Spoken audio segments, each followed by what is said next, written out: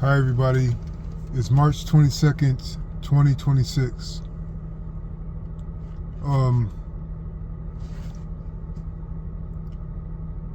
What I could say about turning around and regressing in your timeline, regressing in life, I do not believe it's entirely possible to turn around and go backwards in life. Yes, you may start falling, you may start going down the dark road, you may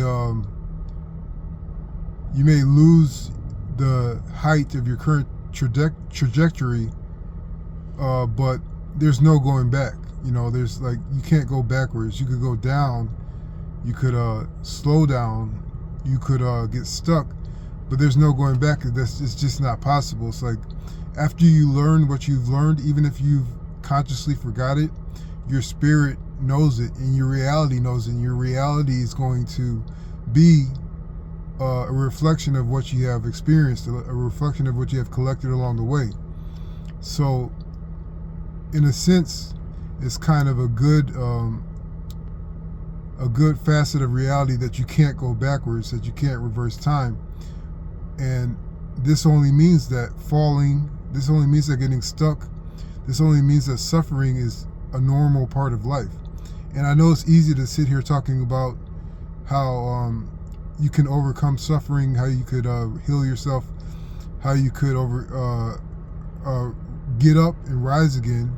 I know it's harder to actually do, but if you think about it, if it's the reality of life, there's no use in fretting over it. There's no use of being afraid of a future where you're going to have to fight, because that's just part of reality. You are going to have to fight in the future. You are going to have to repair the damage of your emotions. You're going to have to protect and evolve your mind. So there is no going back, but there is getting up, and there is living through life, and that's just the way it is. So this gets me to thinking about the seeds of healing. I have been fortunate in my life never to have been stuck in poverty or homelessness for too long, but I have suffered through things that wouldn't be easy for a normal person with a normal life, and I have learned that after you get over the shock, there are seeds of healing, and they are scattered around your suffering. They are scattered around the events of your hardships.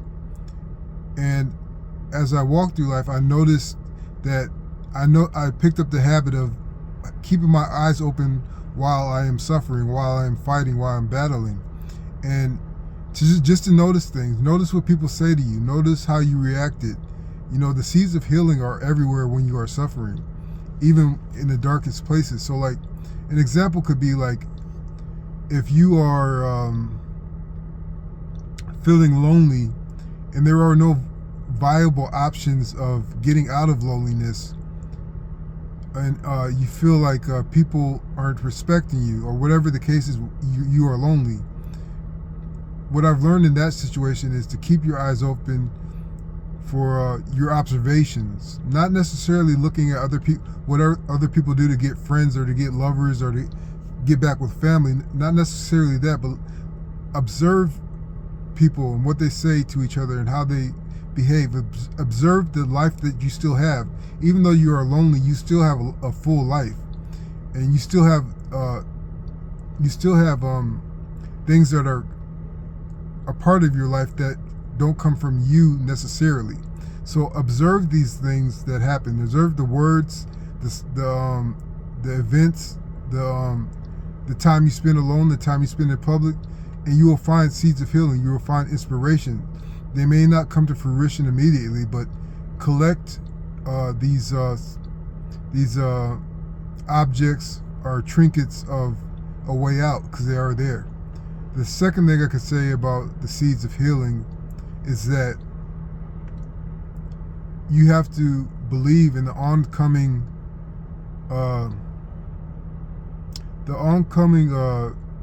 season of your actualization, the oncoming season of your rising above and getting out of suffering. No matter if you deny it or not, it's going to come, because that's just the cycle. The cycles are part of this life. So even if you try to fight it and don't believe your season is going to come, it's going to come anyway. So you might as well prepare for it. You might as well try to visualize it. You might as well try to plan to capitalize on it and help it elevate even further if that is possible. The season of your uprising, the season of your joy and happiness is coming. You just have to accept it and be patient for it to come, and it will come. And that's part of the seeds of healing. And the last thing I can say about the seeds of healing is that in the midst of your toughest fight, in the midst of your brutal and most cold encounters, when the alligator has you and it has you in the death row, that is a moment that you see your strength, that you see your resilience, that you see your true character in this crucible of the fight of life. And this is where the deepest seeds of healings are found. If you could be aware in the tussle, if you could be aware in the death row, in the midst of the death row, and grab and yank out and just extract these seeds of healing, what you have learned in that moment of this tough and brutal fight that you have been in, those seeds of healing last for the rest of your life, as far as I have seen. In those fights where you have survived, where you have learned, where you have your war stories from, those seeds of healing, they multiply and they give more seeds, and they just keep on evolving with you. So don't get discouraged by a brutal encounter. Keep your eyes open and grab from it what you can. Thanks. I hope this helps.